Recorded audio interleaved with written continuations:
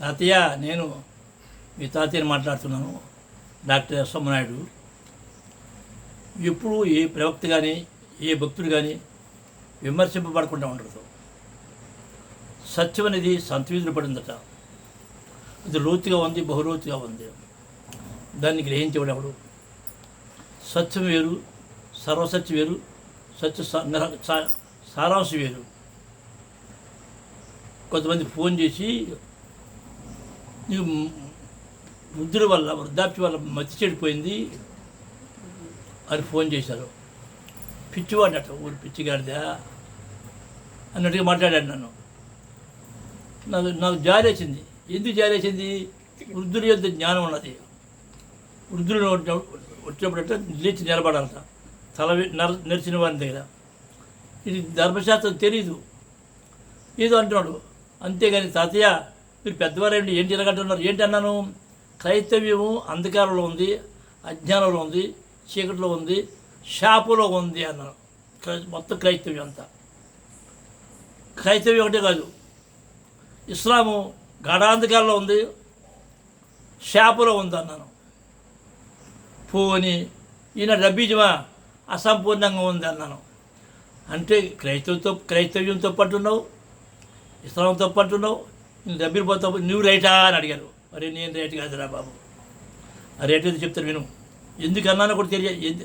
ఏమడగారు? నువ్వు జ్ఞానవంతుడు అయితే తాతయ్య మరి ఏంటి తాతయ్య ఎలా చెప్తున్నావు, నమ్మసక్ష్యం కాదు అని క్లియర్గా అడగల. ఒకడు చెప్పేది పూర్తిగా వినకుండా తీర్పు చేసొచ్చా? తీర్చకూడదు. ఓకే, ఎందుకన్నా చెప్తాడు. ఎందుకు నేను ఆనందంగా, పరమానందంగా, సత్యానందంగా, జీవనందంగా హాయిగా ఉన్నాను. ఎందుకున్నానంటే దేని పెట్టి ఉన్నాను? అతిశయించి దేని పెట్టి ఉంటుంది? తండ్రిని పెట్టి అతిశయించాలి. చూడండి ఒకసారి కీర్తనలు 33 పని చదవమ్మా. ఎప్పుడైనా చదివిస్తాను. కీర్తనలు 33 మాట వినండి. నేను ముందు ఎందుకు అతిశయిస్తున్నాను, ఎందుకు ఈ 3 అంధకారంలో, చీకటిలో, శాపంలో ఉన్నాయన్నాను అని అంటూ మరి ఎవరికి తెలియజేయబడుతుంది అని అన్నాను. ఇవన్నీ కూడా క్లియర్గా చెప్తాను. రిఫరెన్సులు ఎందుకంటే చాలా రిఫరెన్సులు చాలా రాసుకోవాలి మీరు. ఏదో వినిస్తే కాదు. జడ్జిమెంట్ బాగుండదు. నాకు జడ్జిమెంట్ ఉంది, విన్న మీకు కూడా జడ్జిమెంట్ ఉంది. సామాన్యం కాదు ఇది. ఓకే, చదువమ్మా. కీర్తన 33:12. కీర్తనలు 33:12. యెహోవా తమకు దేవుడు కాగల జనులు ధన్యులు. అది నా యెహోవా, ఆయనే నా దేవుడు, ఇంకో దేవుడు లేని. నేను ధన్యుడని లేఖనం చెప్పింది కానీ నేను ధన్యుడను.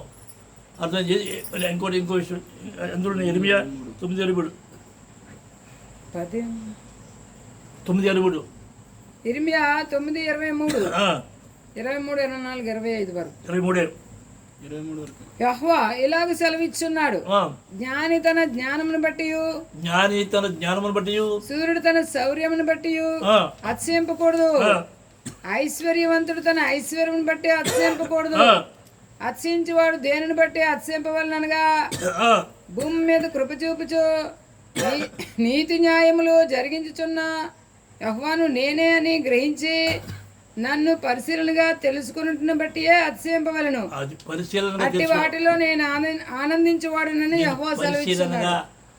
సర్వశక్తివంతుడు ఒకడే దేవుడు, ఆయనే రక్షకుడు, ఆయనే విమోచకుడు, ఆయనే పాపాలు క్షమించుడు తెలుసుకున్నాను. కాబట్టి అతిశయం ఎవరెవరికి వచ్చినాకారా అతిశయము. ఏం పెట్టి? తండ్రి పెట్టి. చూడండి ఒకసారి యోబు గ్రంథం 4 చదవండి. యోబు 4:6. నీ భక్తి నీకు ధైర్యం పుట్టింపదా? నా భక్తి నాకు ధైర్యం పుట్టిస్తుంది. అది నీ యథార్థ ప్రవర్తన నీ నిరీక్షణకు ఆధారం కాదా? ఎవరి దృష్టిలోనూ? పరలోకమందున్న తండ్రి దృష్టిలో. నా నిరీక్షణది మృతులోంచి తిరిగి లేగడము, ఆయన స్వరూపం లేగడం, ఆయన పరిపూర్ణులైన నేను కూడా పరిపూర్ణ అవ్వాలి. అది నా అది ఆధారం. కాబట్టి నేను ఆనందిస్తున్నాను. నిర్గమకాండం చూడండి ఒకసారి. నిర్గమకాండము ఎందుకు వాళ్ళు క్రైస్తవ్యము అంధకారం ఉంది, ఇస్లాం ఎందుకు చెప్పాను అంటే భగవానుడి క్రైస్తవ్యంలో ధర్మశాస్త్రం కొట్టివేయబడిందని వాళ్ళు నమ్ముతున్నారు. ఆలగ్రంథం చెప్తుంది. లేదు ధర్మశాస్త్రం మార్పు చేయబడిందని వీరగ్రంథం చెప్తుంది. లేదు ధర్మశాస్త్రం నోవాడని వచ్చింది ఒకటి. ఏడే అని వాళ్ళు చెప్తున్నారు. నన్ను ఏం చేయమంటారయ్యా? ధర్మశాస్త్రం ఏం చెప్పి చదువులో సరే నిర్గమకాండం 23. నిర్గమాకాండము 20 నేను తప్ప వేరొక దేవుడు నీకు ఉండకూడదు. అది ధర్మశాస్త్రం ఏం చెప్పింది? నేను తప్ప వేరొక దేవుడు ఉండకూడదు అని ధర్మశాస్త్రం చెప్తుంటే లేదు లేదు యేసు దేవుడు అరే స్వామేశ్వర దేవుడు అని వారు ఏడుతున్నారు. వాళ్ళు ఏం చెప్తున్నారు? అల్లా దేవుడు అంటున్నారు. అల్లా దేవుడు ఏ దేవుడు? అల్లా ధర్మశాస్త్రం మార్చివేయబడిందని అల్లా దేవుడు అంటున్నారు. అల్లాంటి లోతుగా వెళ్తే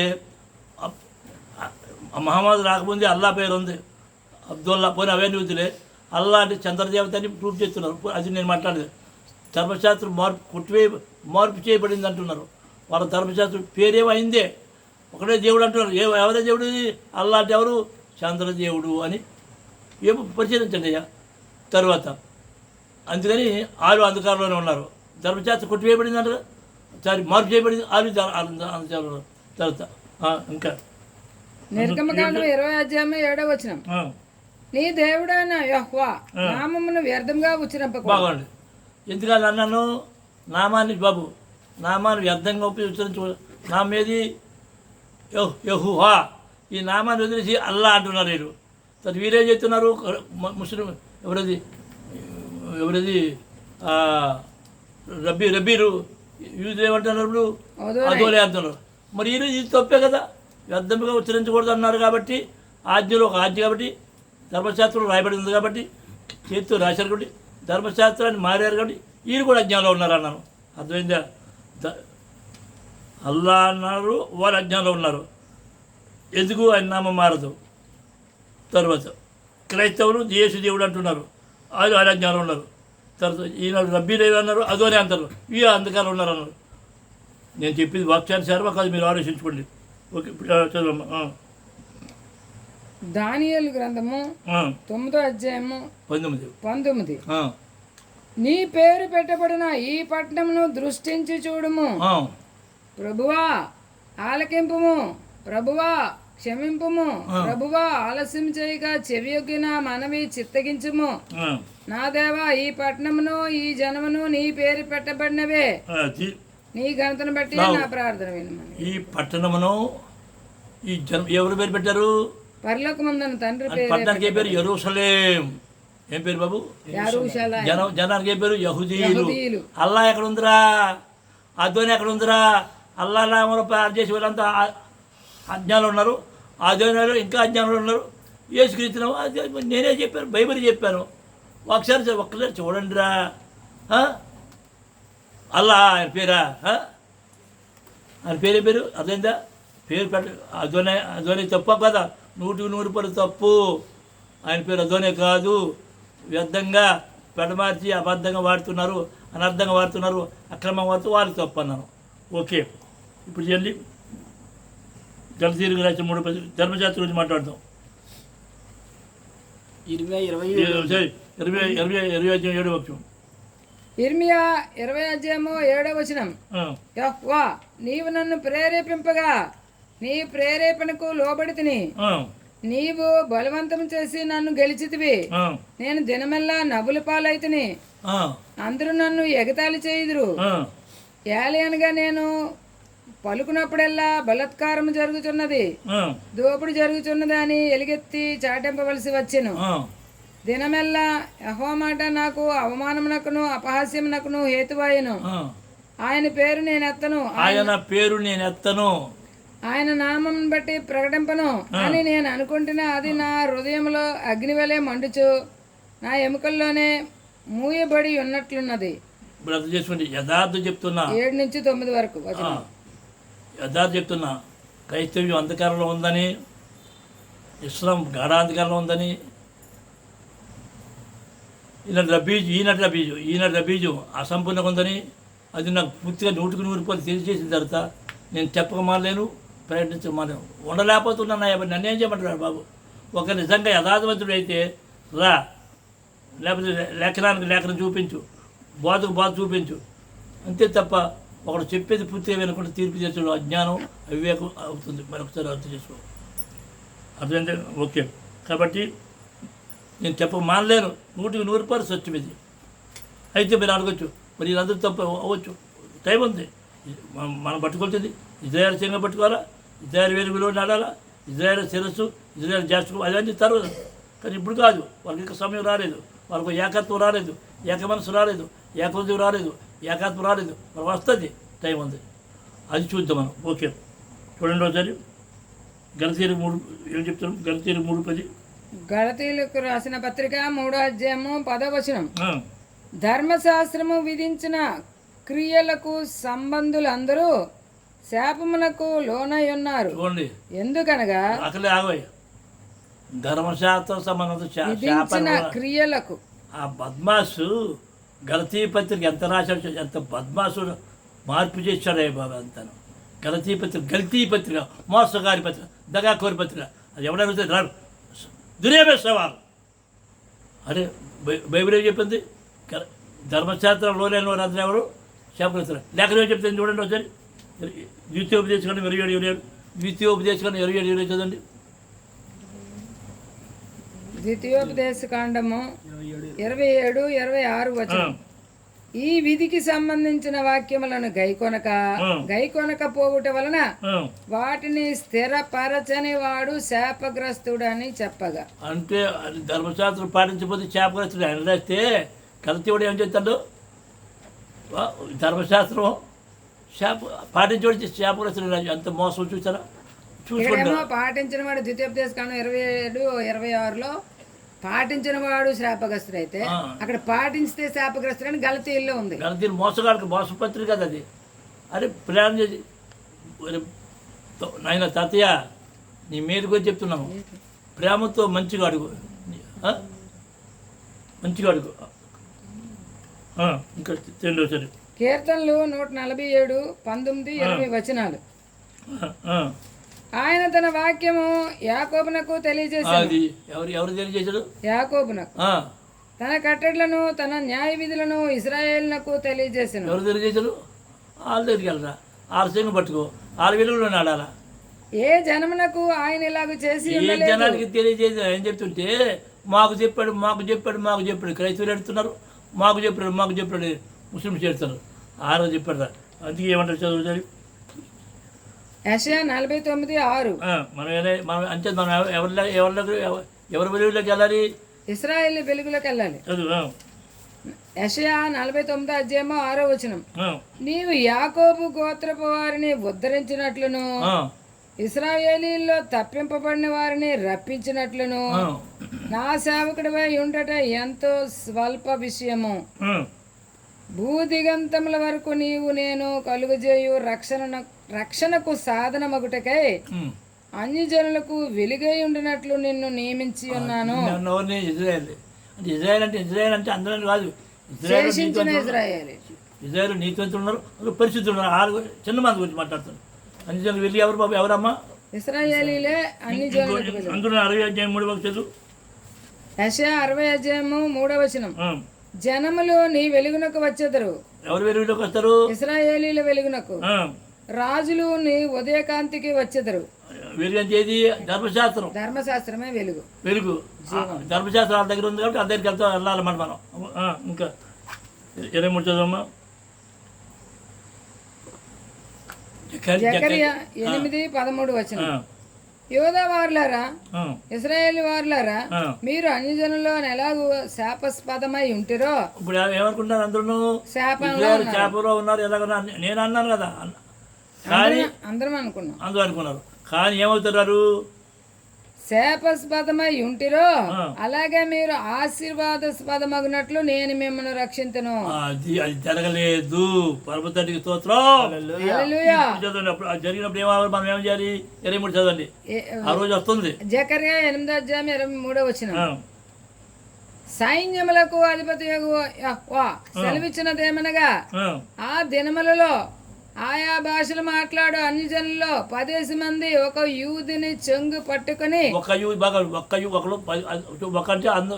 ఇజ్రాయెల్ అందరూ ఒకటే అయిపోవాలా, ఒక వ్యక్తిలాగా అయిపో, ఒక మనసు వచ్చేవారా, ఒక హృదయం వచ్చేవారా, ఒక ఆత్మ వచ్చేవారు, ఒక వ్యక్తిగా అప్పుడు ఆయన చెంగు పట్టుకుని, దేవుడు మీకు తోడుగా ఉన్నాడనే సంగతి మాకు వినబడినది గనుక మేము మీతో కూడా వస్తామని చెప్పుదురు. అంటే మళ్ళీ ఆలస్యంగా పట్టుకోవాలా, వాళ్ళ వెలుగులోకి వెళ్ళాలి మన బైబిల్.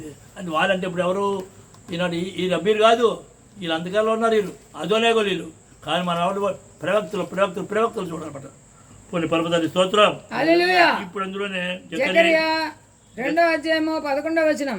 జకరియా 2వ అధ్యాయము 11వ వచనం. ఆ దినమున అన్య జనులు అనేకులు యెహోవాను హత్తుకొని నాకు జనులగుదురు. అబ్బా, సర్వజనులకు దేవుడా లేకపోతే ఒకరికి దేవుడా? సర్వజనులకు దేవుడే. అన్ని జనం హత్తుకుని ఎవరిని హత్తుకుంటారు? యెహోవాని హత్తుకుంటారు. ఎలా హత్తుకుంటారు? యూదులు చీము పట్టుకుంటారు, ఇజ్రాయేలుకు వెలుగులోకి వెళ్తారు. అర్థమైందా? వీళ్ళు కాదు రబ్బీజులు అదోనేగలీలు యెహోవా రోజు వస్తుంది. దాని గురించి అది చెప్తున్నాం. ఇప్పుడు చదవండి అమ్మా. ఇప్పుడైతే మరొక విషయం బాగా వినండి. ఏంటి తాతయ్య అంత కన్ఫ్యూజ్గా ఉంది, క్రైస్తవ్యం అంత తప్పంటున్నావు, ఇస్లాం అంత ముప్పంటున్నావు, మరి రబ్బీలో ఎలాగా ఎవరు మరి ఏంటి అంత మాకు కన్ఫ్యూజ్ బొరు పాడైపోతుంది అన్నాడు అవడం. ఒక పిచ్చోడా, పోరా పోయి ఎలాంటి వ్యక్తి మీకు దొరకాల. ఎందుకు? తల్లి గర్భంలో పడకముందే ఏర్పాటు చేయబడిన వ్యక్తి ఉండాలి. అలాంటి ఆ ఏర్పాటు చేసిన వారికే ఆ జ్ఞానాన్ని, ఆ వివేక ఆ కాలం వర్తమానం ఇస్తాడు. అంతే తప్ప ఎవడు పడతాడు ఉడిదే. ఇదంతా బిజినెస్లాగా అయిపోయింది, వ్యాపారంగా అయిపోయింది. ఎవరిని నమ్మొద్దు, నన్ను నమ్మొద్దు, నిన్ను నమ్మవద్దు. ఆ దేవుని వాక్యం నమ్మండి. ఏం చేయాలి ఇప్పుడు చదవండి. మొత్తం 13 చదవమ్మా. అది 13వ అధ్యాయము 10వ వచనం. తర్వాత శిష్యులు వచ్చి నీవు ఉపమాన రీతిగా ఎందుకు వారితో మాట్లాడుతున్నావని ఆయనను అడుగగా ఆయన వానితో ఇట్లానెను. 11వ వచనం కూడా, పరలోక రాజ్య మర్మంలో ఎరుగుట మీకు అనుగ్రహింపబడి ఉన్నది గాని వారికి అనుగ్రహింపబడలేదు. పరలోక రాజ్యం మర్మం రాది, అది అనుగ్రహించాలరా. ఈనాడు అయోగ్యులు తండ్రి ఏర్పాటు చేసుకున్న వారికి తప్ప తెక్కిన వారికి అర్థం కాదురా. మరి నన్ను ఏం చేయమంటావు? ఈనాడు రబ్బీలు అనుసరి అదోనే అంటారు. అదో దేవత పేరంటే వాళ్ళు నమ్ముతారా? ఒక అబద్ధాన్ని 4 సార్లు చెప్తే నిజమైపోతుంది. వచ్చా చదవమ్మా. 16వ అధ్యాయము 25వ వచనం. ఈ సంగతులు గూఢార్థంగా మీతో చెప్పి తిని, అయితే నేనక ఎన్నడను గూఢార్థంగా మీతో మాట్లాడక తండ్రిని గురించి మీకు స్పష్టంగా తెలియజెప్పు గడియ వచ్చుచున్నది. గూఢార్థంగా చెప్తున్నాడు, డైరెక్ట్ చెప్పలేదు. ఈ గూఢార్థం ఈ మర్మం ఎవరు తెలుస్తుంది? ఏర్పాటు చేసుకున్న శిష్యులు తెలిసిందన్నమాట. అందరికీ ఆనాడు ఈనాడు ఏర్పాటు చేసుకుని ఉన్నారు. ప్రపంచం అంతా అన్యుల్లో ఉన్నారు. వాళ్ళకి తెలియ అన్యుల కాలం ఇది, ఇజ్రాయేల్ కాలం కాదు. వాళ్ళకి ఇంకా సమయం రాలేదు. ఓకే, ఇప్పుడు చూడమ్మా. కీర్తనలో యెషయా 43:12. యెషయా 43 అధ్యాయము 12వ వచనం. ప్రకటించేవాడును నేనే, రక్షించేవాడును నేనే, దాన్ని గ్రహింపజేసిన వాడును నేనే. ప్రకటించేది ఆయనే, రక్షించేది ఆయనే, గ్రహింపజేసి కూడా ఆయనే. అయితే అంటాడు బాబు నాయన అంటాడు. అందులో 43:21 చదవమ్మా. యెషయా 43 అధ్యాయము 21వ వచనం. నా నిమిత్తము నేను నిర్మించిన జనులు నా స్తోత్రమును ప్రచురము చేయుదురు. ఆయన నిమిత్తం అంటే ఆయన ఏర్పాటు చేసుకున్నవారు, తల్లి గర్భంలో పడకముందు ఏర్పాటు చేసుకున్నారు. ప్రత్యేకమైన వారు ఉన్నారు, కొంతమంది ఉన్నారు. అప్పుడు వ్యవస్థ ప్రపంచం ఉన్నారు. వాళ్ళకే ఆ మర్మార్థం అవుతుంది, అందరికీ అర్థం కాదు. అర్థమైందా? ఇప్పుడు ఏం చెప్తుంటే వారికి ఏమంటాడా? కీర్తన 127:2. కీర్తనలు 127 2వ వచనం. మీరు వేకువనే లేచి చాలా రాత్రి అయిన తర్వాత పండుకొనుచు కష్టార్జితమైన ఆహారం తినిచుండుట వ్యర్థమే. తన ప్రియులు నిద్రించుచుండగా ఆయన వారికి ఇచ్చుచున్నాడు. బాబు తన ప్రియులు అంటే ఎవరు? ఆయన ఏర్పాటు చేసుకునేవారు, ఆయన ప్రత్యేకించుకునేవారు. వాళ్ళ కారణ జన్మలు వాళ్ళకి అర్థమవుతుందట, అందరికి అర్థమో కాదు. ఇప్పుడు ఏం చేస్తుంటే ఇదే చెప్పాడు. రోమాపత్రిక 8వ అధ్యాయం 28 నుంచి 30 చదవమ్మా. రామపత్రిక 8వ అధ్యాయము 28 నుంచి 29 30 వరకు. దేవుని ప్రేమించే వారికి అనగా ఆయన సంకల్పము చెప్పున పిలువబడిన వారికి మేలు కలుగుటకై సమస్తమును సమకూడి జరుగుచున్నవని ఎరుగుదుము. ఎందుకనగా తన కుమారుడు అనేక సహోదరుల్లో జ్యేష్ఠుడగునట్లు దేవుడు ఎవరిని ముందు ఎరిగెను. తన కుమారుతో శ్రేష్ఠుడు కదా. ఆ కుమారుతో సారూప్యం పొందాలి. దేవుడు ఎవరిని ముందెరిగిన ఎప్పుడు ఎవరిని అందరిని కాదు, ఏర్పాటు చేసుకున్నవాడిని ముందు ఎరిగినో. వారు తన కుమారునితో సారూప్యము గలవారగుటకు వారిని ముందుగా నిర్ణయించెను. కుమారుడు అంటే ఎవరు యేసు అనుకుంటారు కాదు, ఇజ్రాయేల్ పరిస్థితులు. వాళ్ళతో పాటు సారూప్యం ముందుగా నిర్ణయం చేశాడా. మరియు ఎవరిని ముందుగా నిర్ణయించనో వారిని పిలిచెను, ఎవరిని పిలిచినో వారిని నీతిమంతులుగా తీర్చెను, ఎవరిని నీతిమంతులుగా తీర్చినో వారిని మహిమపరచెను. తన కుమారుడు అనేక సహోదరులు చేసి అంటాడు కదా. తన కుమారుడు అనేక సహోదరులు అంటే జ్యేష్ఠ కుమారుడు ఎవరు? నిర్గమ 4:20 ఉంటుంది. నిర్గమ 4:22 ఫరోతో, అప్పుడు నీవు ఫరోతో, ఇశ్రాయేలు నా కుమారుడు, నా జ్యేష్ఠ పుత్రుడు. జ్యేష్ఠ కుమారుడు ఎవరు? ఇజ్రాయేల్. ఇజ్రాయేల్ నీతివంతులు ఉన్నారు, పరిశుద్ధులు. వాళ్ళతో స్వరూప్యం పొందాలంటారు. అది ముందే ఏర్పాటు చేయబడి ఉందని లేఖనం చెప్తుంది బాబు. కాబట్టి తల్లి గర్భంలో పడకముందే కొంతమందిని ఏర్పాటు చేశాడు. ప్రపంచంలో ఉన్నారు, వాళ్ళకి మాత్రమే ఆయన యొక్క చిత్తము, ఆయన యొక్క నీతి, ఆయన రాజ్యం తెలియజేయబడుతుంది. పొందుగోడు వాడు వాళ్ళు కానీ ప్రయాసపడి వాడు వాళ్ళు ఏమీ కాదు. కాబట్టి ఏం చేయాలి? ఇప్పుడు వెతకాలట. ఎవరిని వెతకాలి? అలాంటి వాళ్ళు ఎవరు అని వెతకాలి.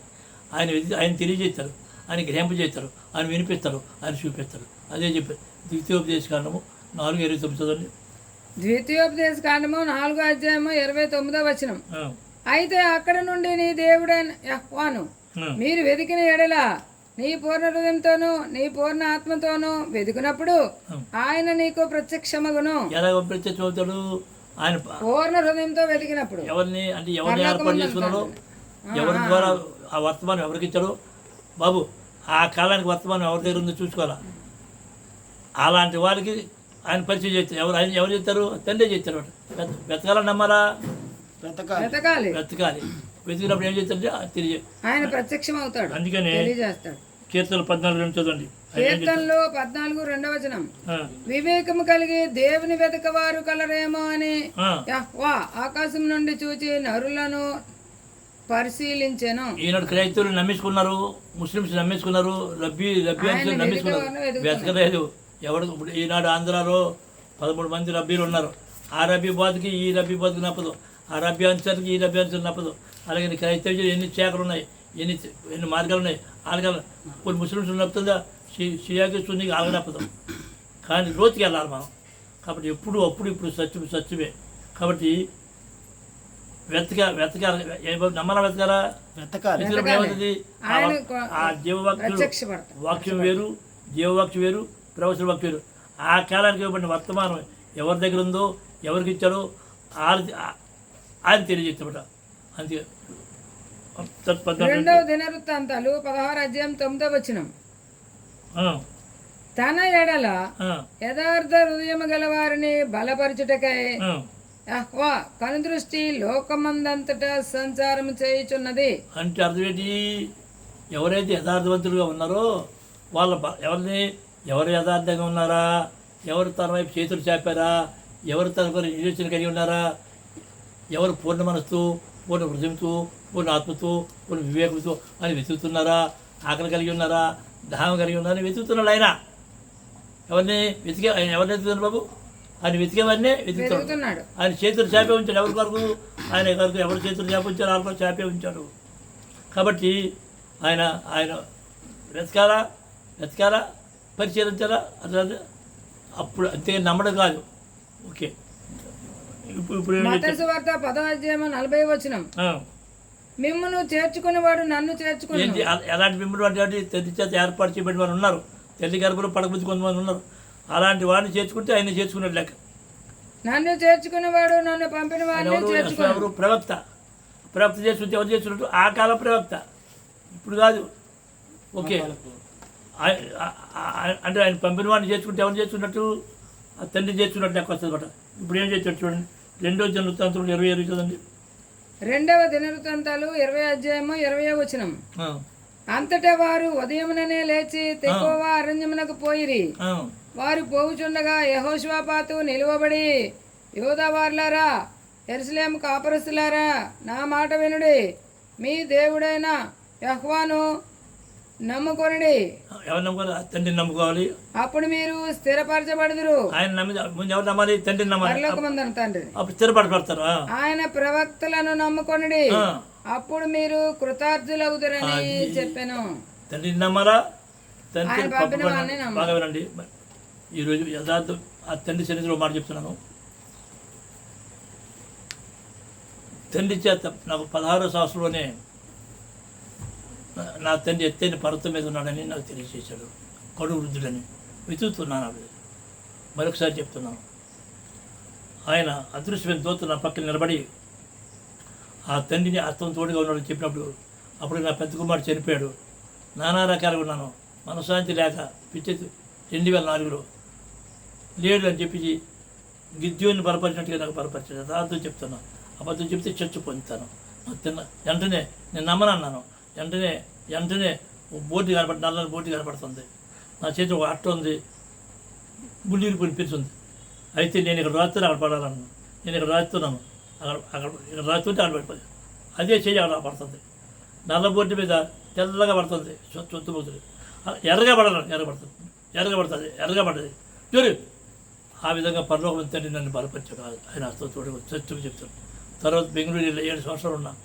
ఏంటి ఇదంతా మనసుపడి మళ్ళీ ఏంటి తండ్రి అని చెప్పి బెంగళూరులోనే నాకు విశ్వామేశ్వర దేవుడు కాడు, విశ్వామేశ్వర నామలో అక్కడ గ్రంథం దొరికింది నాకు. అక్కడ మళ్ళీ అదే దోత వచ్చి నన్ను బలపరిచాడు. యథార్థం చెప్తున్నా. ఎలా బలపరిచాడు? దూరంలో సుమారు పల్లాంగ దూరంలో నవలోహాలతో నిండిన పాత్ర ఉంది.